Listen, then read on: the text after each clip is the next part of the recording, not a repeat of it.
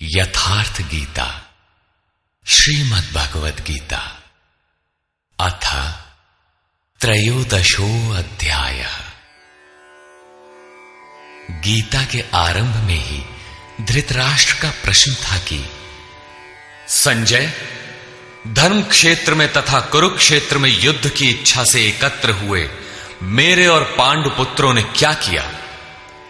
अभी तक ये नहीं बताया गया कि वो क्षेत्र है कहां, किंतु जिन महापुरुष ने जिस क्षेत्र में युद्ध बताया, स्वयं ही उस क्षेत्र का प्रस्तुत अध्याय में निर्णय देते हैं कि वो क्षेत्र वस्तुतः है कहां। श्री भगवान वाच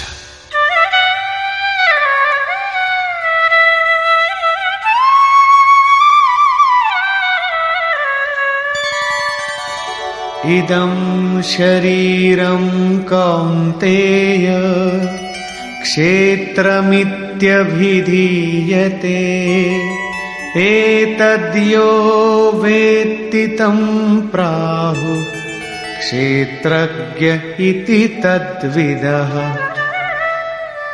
कौन्तेय, ये शरीर ही एक क्षेत्र है और इसको जो भली प्रकार जानता है वो क्षेत्रज्ञ है।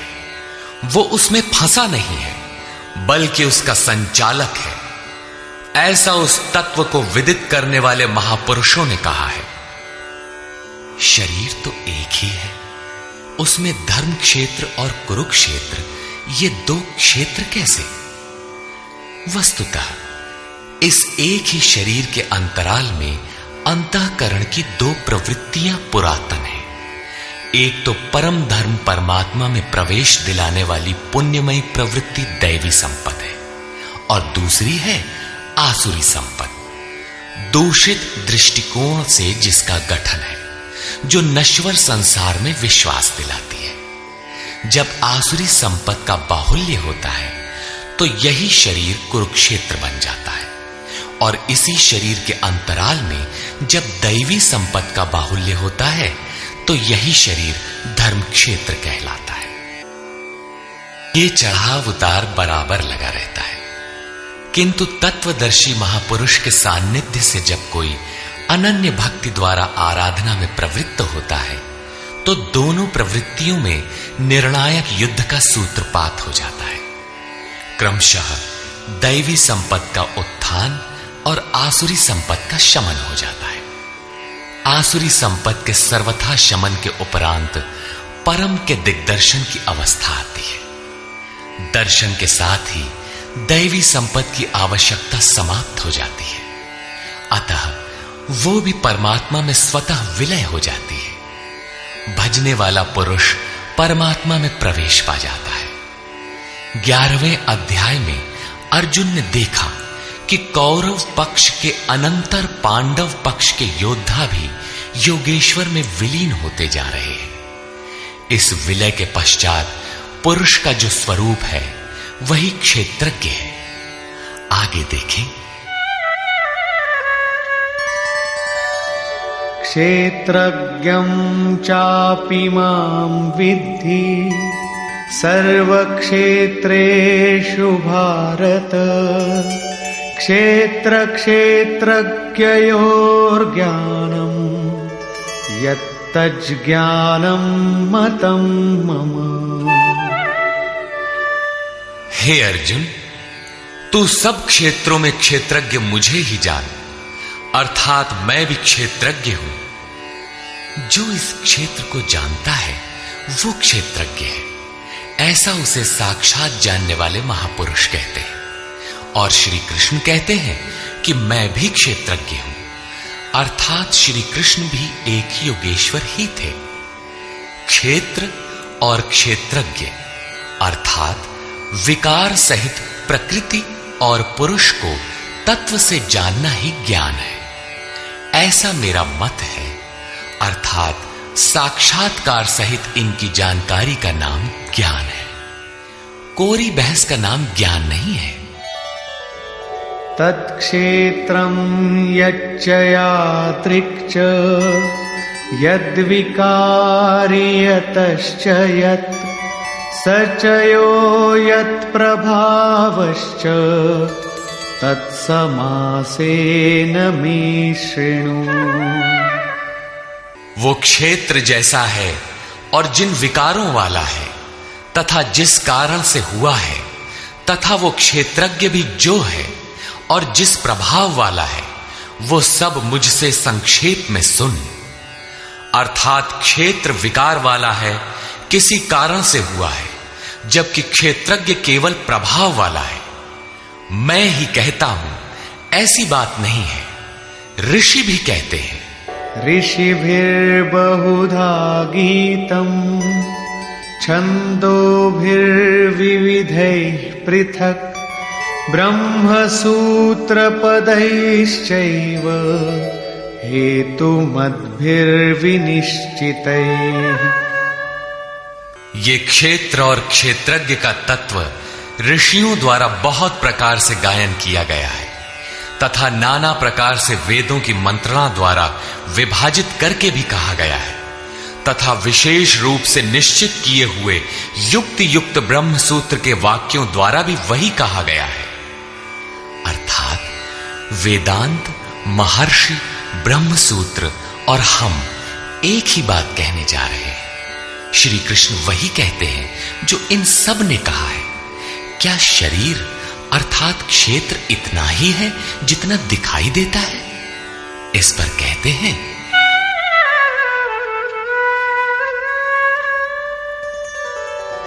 महाभूतान्यहंकारो बुद्धिरव्यक्तमेव च इन्द्रियाणि दशैकञ्च पंचचेन्द्रियगोचराः। अर्जुन, पंच महाभूत अर्थात क्षिति, जल, पावक, गगन, समीर, अहंकार, बुद्धि और चित्त।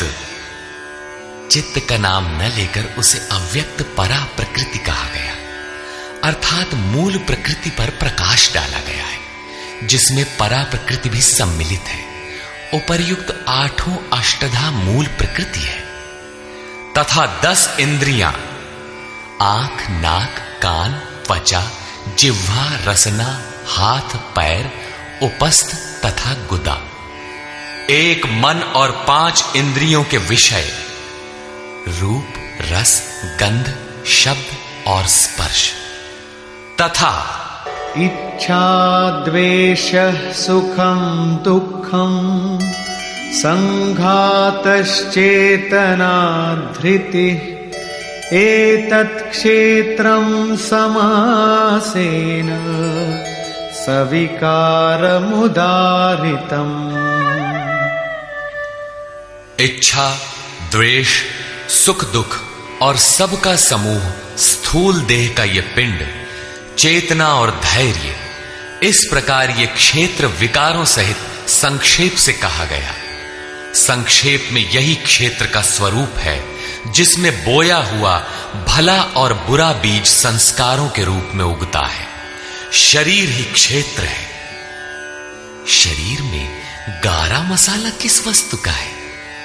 तो यही 5 तत्व, 10 इंद्रियां, एक मन इत्यादि जैसा लक्षण ऊपर गिनाया गया है। इन सब का सामूहिक संघात पिंड शरीर है। जब तक ये विकार रहेंगे तब तक ये पिंड भी विद्यमान रहेंगे, इसलिए कि ये विकारों से बना है। अब उस क्षेत्रज्ञ का स्वरूप देखें जो इस क्षेत्र में लिप्त नहीं बल्कि उससे निवृत्त है।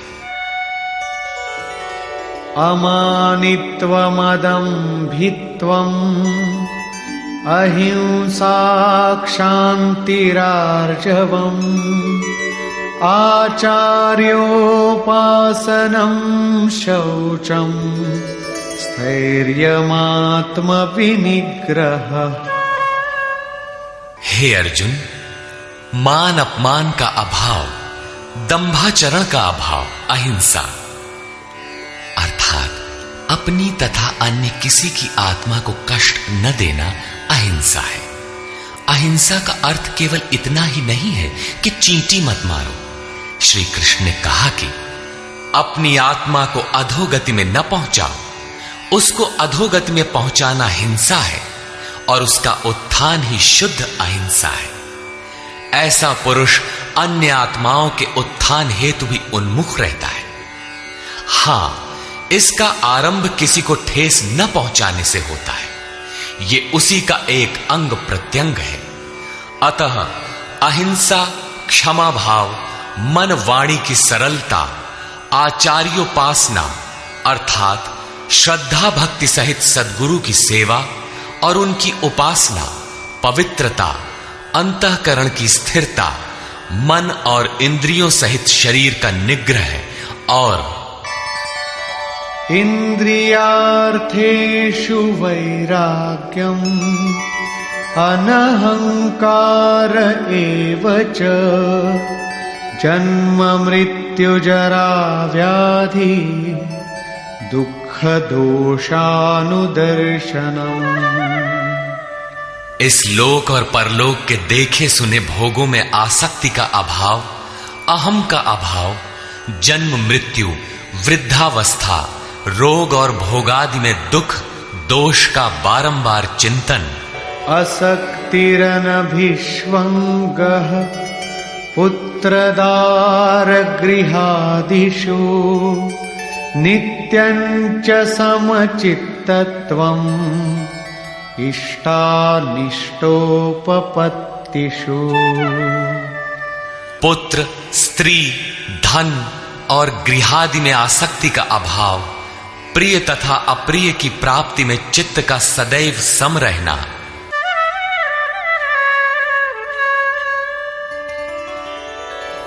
मयि चानन्ययोगेन भक्तिरव्यभिचारिणी विविक्तदेशसेवित्वम् अरतिर्जन संसदी। मुझ में अनन्य योग से श्री कृष्ण एक योगी थे, अर्थात ऐसे किसी महापुरुष में अनन्य योग अर्थात योग के अतिरिक्त अन्य कुछ भी स्मरण न करते हुए अव्यभिचारिणी भक्ति अर्थात इष्ट के अतिरिक्त किसी चिंतन का न आना, एकांत स्थान का सेवन, मनुष्यों के समूह में रहने की आसक्ति का न होना तथा अध्यात्म ज्ञान नित्यत्वम् तत्वज्ञानार्थ दर्शनम् एतज्ज्ञानमिति प्रोक्तम् अज्ञानं यदतोऽन्यथा। आत्मा के आधिपत्य वाले ज्ञान में एक रस स्थिति और तत्व ज्ञान के अर्थ स्वरूप परमात्मा का साक्षात्कार, ये सब तो ज्ञान है और इससे जो विपरीत है वो सब अज्ञान है। ऐसा कहा गया है। उस परम तत्व परमात्मा के साक्षात्कार के साथ मिलने वाली जानकारी का नाम ज्ञान है। अध्याय 4 में उन्होंने कहा कि यज्ञ की पूर्ति में यज्ञ जिसे शेष छोड़ता है उस ज्ञानामृत का पान करने वाला सनातन ब्रह्म में प्रवेश पा जाता है। अतः ब्रह्म के साक्षात्कार के साथ मिलने वाली जानकारी ज्ञान है। यहां भी वही कहते हैं कि तत्व स्वरूप परमात्मा के साक्षात्कार का नाम ज्ञान है। इसके विपरीत सब अज्ञान है। अमानित्व इत्यादि उपर्युक्त लक्षण इस ज्ञान के पूरक हैं। ये प्रश्न पूरा हुआ। ज्ञेयं यत्तत् प्रवक्ष्यामि यज्ञात्वामृतमश्नुते अनादिमत्परं ब्रह्म न सत्तन्नासदुच्यते। अर्जुन, जो जानने योग्य है तथा जिसे जानकर मरण धर्मा मनुष्य अमृत तत्व को प्राप्त होता है उसे अच्छी प्रकार कहूंगा। वो आदिर रहित परम ब्रह्म न सत कहा जाता है और न असत ही कहा जाता है, क्योंकि जब तक वो अलग है तब तक वो सत है और जब मनुष्य उसमें समाहित हो गया तो कौन किससे कहे। एक ही रह जाता है, दूसरे का भान नहीं। ऐसी स्थिति से वो ब्रह्म न सत है न असत है, बल्कि जो स्वयं सहज है वही है। सर्वतः पाणिपादं तत् सर्वतोक्षिशिरोमुखम् सर्वतः श्रुतिमल्लोके सर्वमावृत्य तिष्ठति। वो ब्रह्म सब ओर से हाथ पैर वाला, सब ओर से नेत्र सिर और मुख वाला तथा सब ओर से श्रोत्र वाला है, सुनने वाला है, क्योंकि वो संसार में सबको व्याप्त करके स्थित है।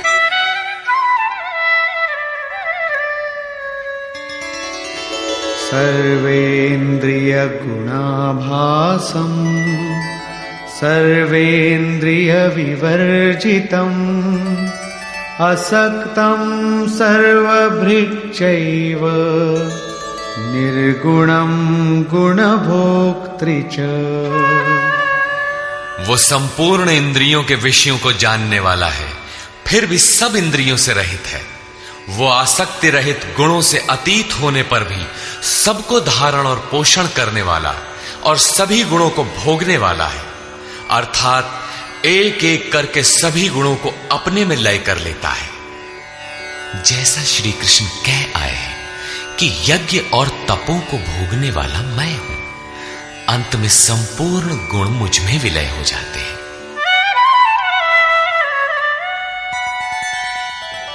बहिरन्तश्च भूतानाम् अचरं चरमेव च सूक्ष्मत्वात् तदविज्ञेयम् दूरस्थं चान्तिके च तत्।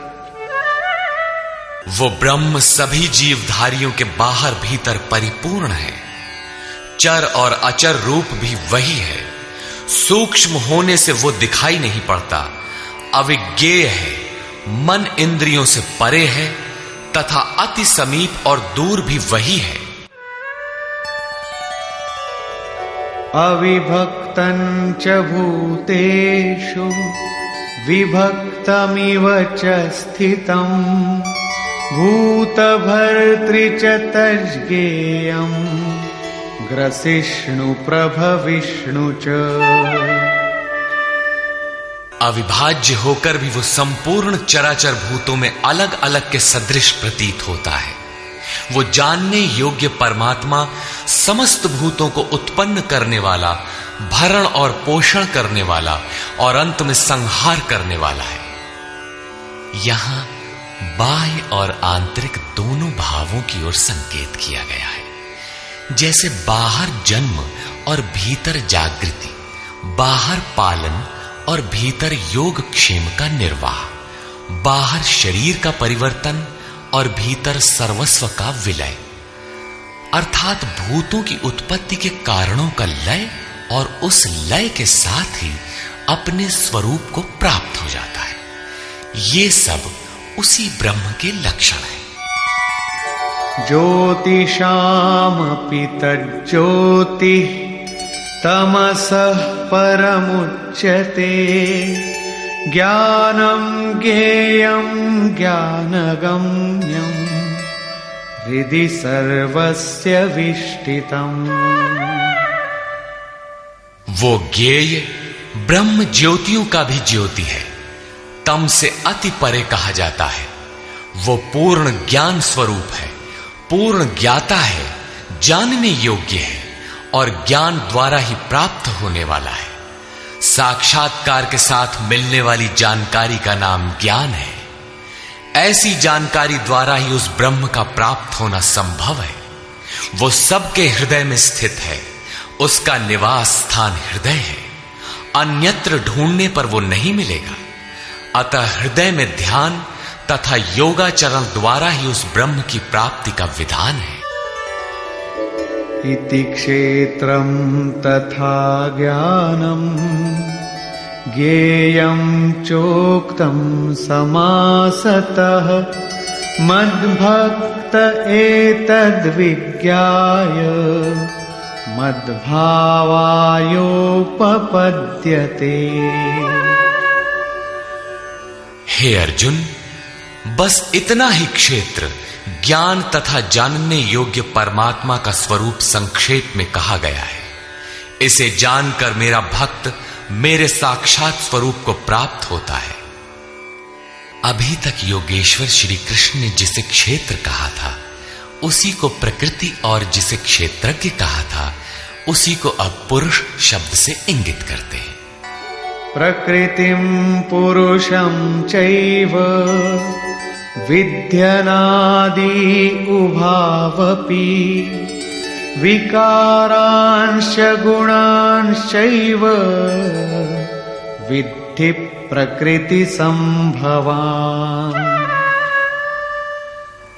ये प्रकृति और पुरुष दोनों ही अनादि जान, ऐसा संपूर्ण विकार तथा त्रिगुण प्रकृति से ही उत्पन्न हुए जान। कार्यकरण कर्तृत्वे हेतुः प्रकृतिरुच्यते पुरुषः सुख दुःखानां भोक्तृत्वे हेतुरुच्यते।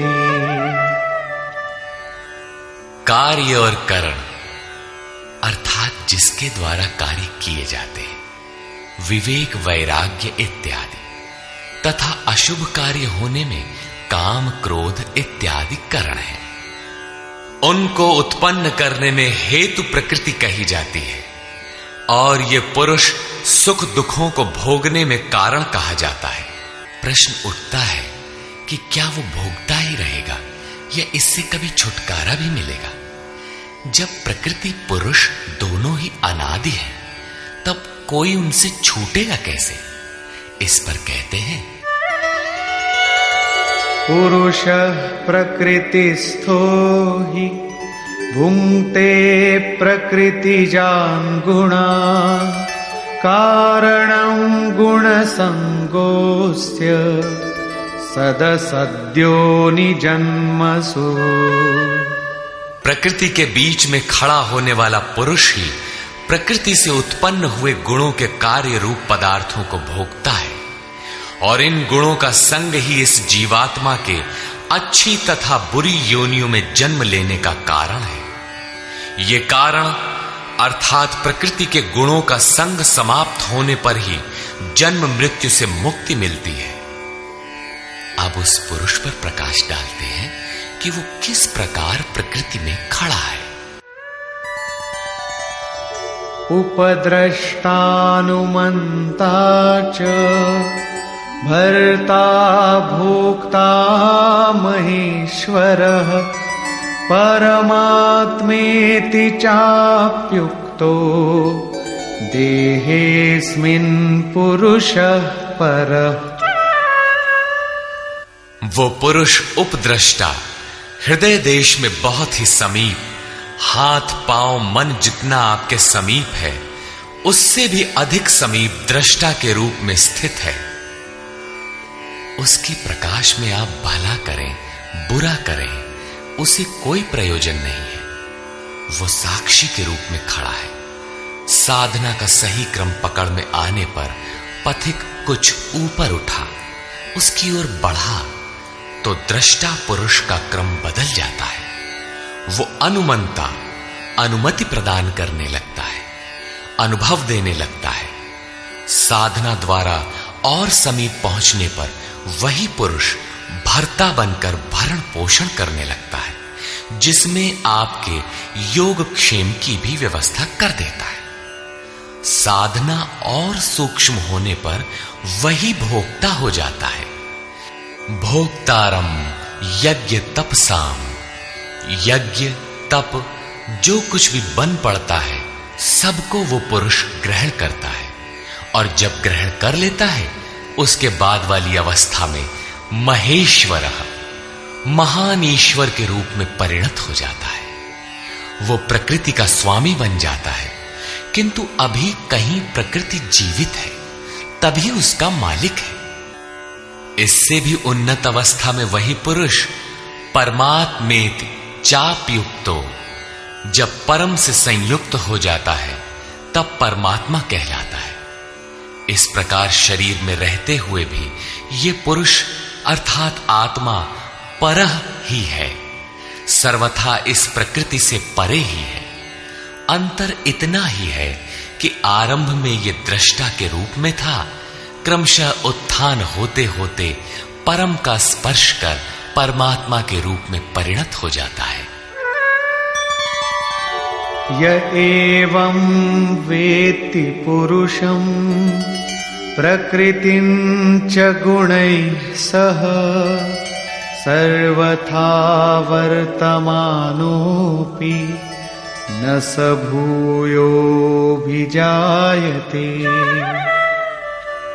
इस प्रकार पुरुष को और गुणों के सहित प्रकृति को जो मनुष्य साक्षात्कार के साथ विदित कर लेता है, वो सब प्रकार से बरतता हुआ भी फिर नहीं जन्मता, अर्थात उसका पुनर्जन्म नहीं होता। यही मुक्ति है। अभी तक योगेश्वर श्री कृष्ण ने ब्रह्म और प्रकृति की प्रत्यक्ष जानकारी के साथ मिलने वाली परम गति अर्थात उसका पुनर्जन्म से निवृत्ति पर प्रकाश डाला, और अब वे उस योग पर बल देते हैं जिसकी प्रक्रिया है आराधना, क्योंकि इस कर्म को कार्य रूप दिए बिना कोई पाता नहीं।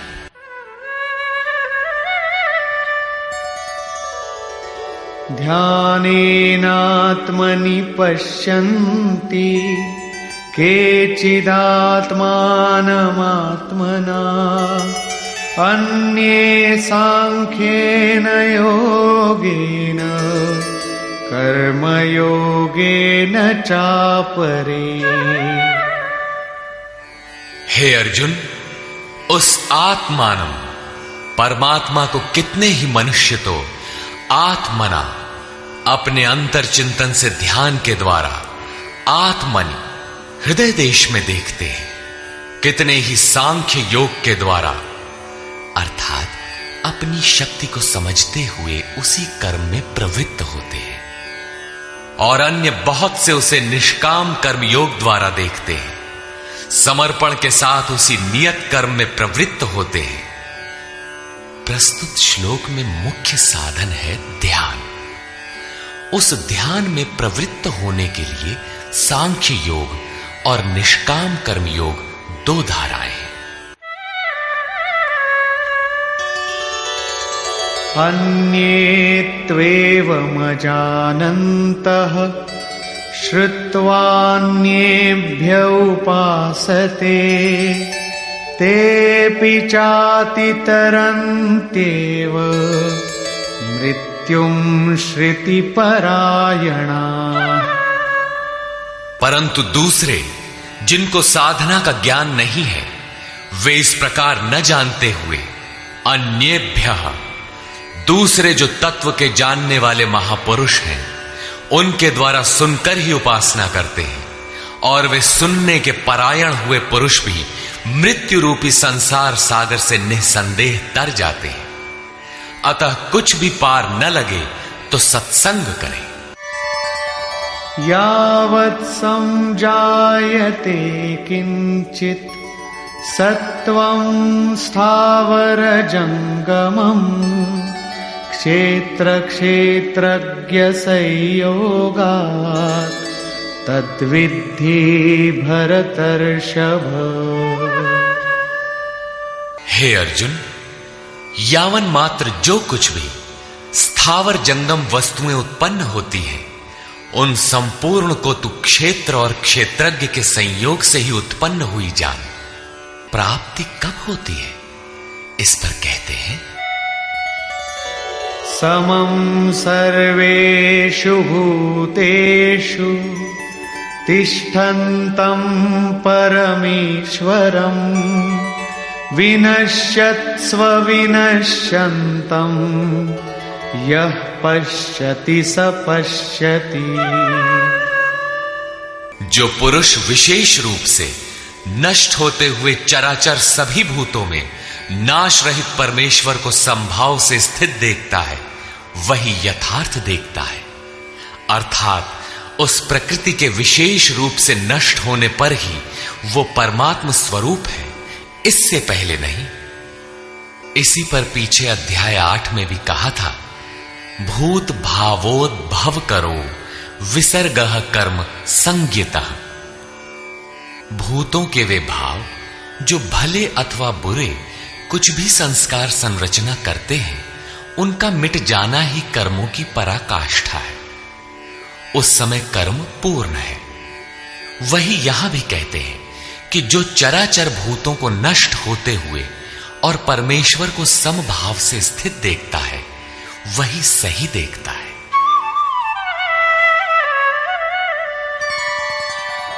समं पश्यन् हि सर्वत्र समवस्थितमीश्वरम् न हि नस्त्यात्मनात्मानं ततो याति परां गतिम्। क्योंकि वो पुरुष सर्वत्र समभाव से स्थित परमेश्वर को समान अर्थात जैसा है वैसा ही समान देखता हुआ अपने द्वारा स्वयं को नष्ट नहीं करता, क्योंकि जैसा था वैसा उसने देखा, इसलिए वो परम गति को प्राप्त होता है। प्राप्ति वाले पुरुष के लक्षण बताते हैं।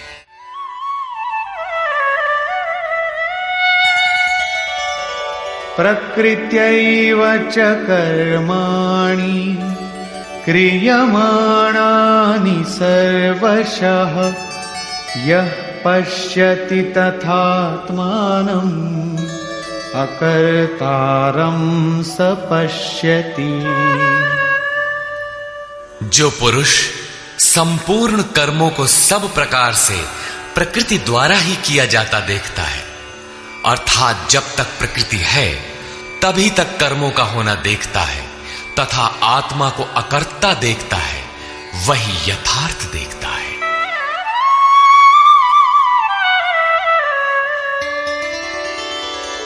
यदा भूत पृथग् भावम् एकस्थमनुपश्यति तत एव च विस्तारम् ब्रह्म संपद्यते तदा। जिस काल में मनुष्य भूतों के न्यारे न्यारे भावों में एक परमात्मा को प्रवाहित स्थित देखता है तथा उस परमात्मा से ही संपूर्ण भूतों का विस्तार देखता है, उस समय वो ब्रह्म को प्राप्त होता है। जिस क्षण ये अवस्था आ गई उसी क्षण वो ब्रह्म को प्राप्त होता है। ये लक्षण भी स्थित प्रज्ञ महापुरुष का ही है।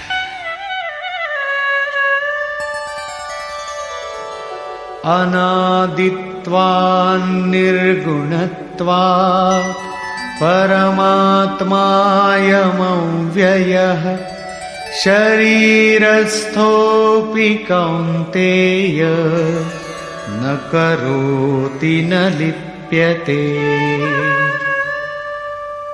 कौन्तेय, अनादि होने से और गुणातीत होने से ये अविनाशी परमात्मा शरीर में स्थित होते हुए भी वास्तव में न करता है और न लिप्त ही होता है। किस प्रकार? यथा सर्वगतं सौक्ष्म्याद् आकाशं नोपलिप्यते सर्वत्रावस्थितो देहे तथात्मानोपलिप्यते। जिस प्रकार सर्वत्र व्याप्त हुआ आकाश सूक्ष्म होने के कारण लिप्त नहीं होता, ठीक वैसे ही सर्वत्र देह में स्थित हुआ भी आत्मा गुणातीत होने के कारण देह के गुणों से लिप्त नहीं होता। आगे कहते हैं,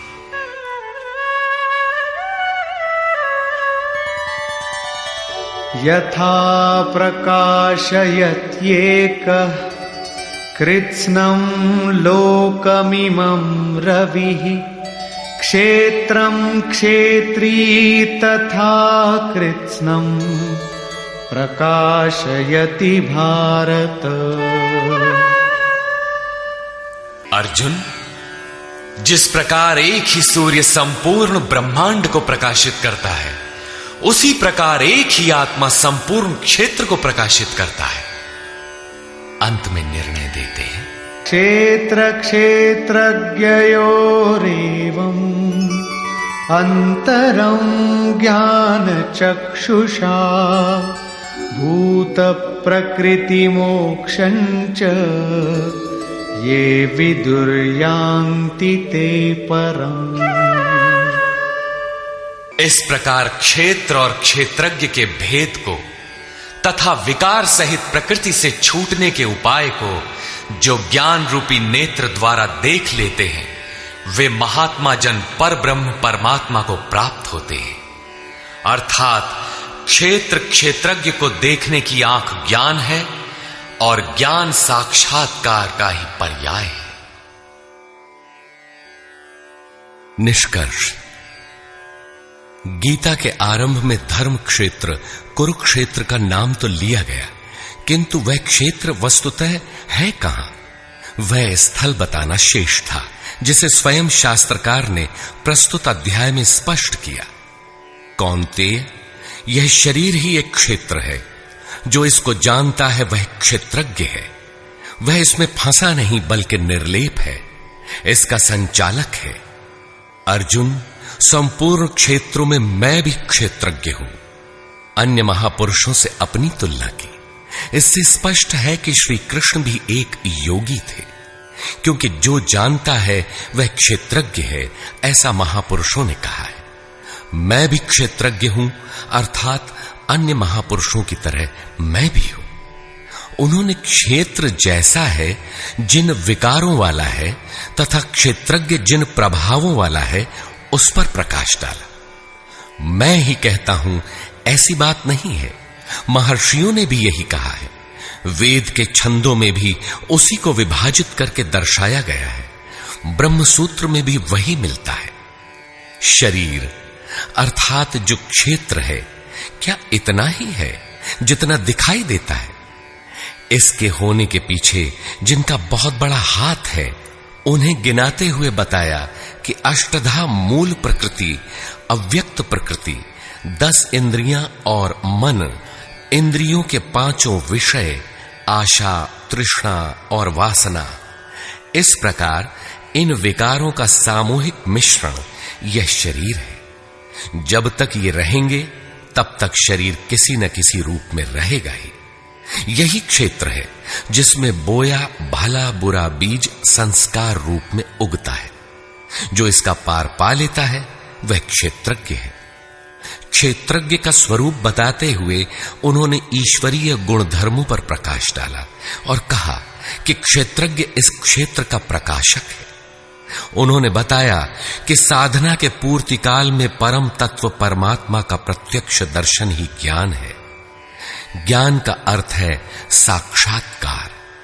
इसके अतिरिक्त जो कुछ भी है अज्ञान है। जानने योग्य वस्तु है परात्पर ब्रह्म। वह न सत है न असत, इन दोनों से परे है। उसे जानने के लिए लोग हृदय में ध्यान करते हैं, बाहर मूर्ति रखकर नहीं। बहुत से लोग सांख्य माध्यम से ध्यान करते हैं, तो शेष निष्काम कर्म योग, समर्पण के साथ उसकी प्राप्ति के लिए उसी निर्धारित कर्म आराधना का आचरण करते हैं। जो उसकी विधि नहीं जानते, वे तत्व स्थित महापुरुष के द्वारा सुनकर आचरण करते हैं। वे भी परम कल्याण को प्राप्त हो जाते हैं। अतः कुछ भी समझ में ना आए तो उसके ज्ञाता महापुरुष का सत्संग आवश्यक है। स्थित प्रज्ञ महापुरुष के लक्षण बताते हुए योगेश्वर श्री कृष्ण ने कहा कि जैसे आकाश सर्वत्र सम रहता हुआ भी निर्लेप है, जैसे सूर्य सर्वत्र प्रकाश करते हुए भी निर्लेप है, ठीक इसी प्रकार स्थित प्रज्ञ पुरुष सर्वत्र सम ईश्वर को जैसा है वैसा ही देखने की क्षमता वाला पुरुष क्षेत्र से अथवा प्रकृति से सर्वथा निर्लेप है। अंत में उन्होंने निर्णय दिया कि क्षेत्र और क्षेत्रज्ञ की जानकारी ज्ञान रूपी नेत्रों द्वारा ही संभव है। ज्ञान, जैसा कि पीछे बताया गया, उस परमात्मा के प्रत्यक्ष दर्शन के साथ मिलने वाली जानकारी है। शास्त्रों को बहुत रटकर दोहराना ज्ञान नहीं, बल्कि अध्ययन तथा महापुरुष को उस कर्म को समझकर, उस कर्म पर चलकर मन सहित इंद्रियों के निरोध और उस निरोध के भी विलय काल में परम तत्व को देखने के साथ जो अनुभूति होती है, उसी अनुभूति का नाम ज्ञान है। क्रिया आवश्यक है। इस अध्याय में मुख्यतः क्षेत्रज्ञ का विस्तार से वर्णन किया गया।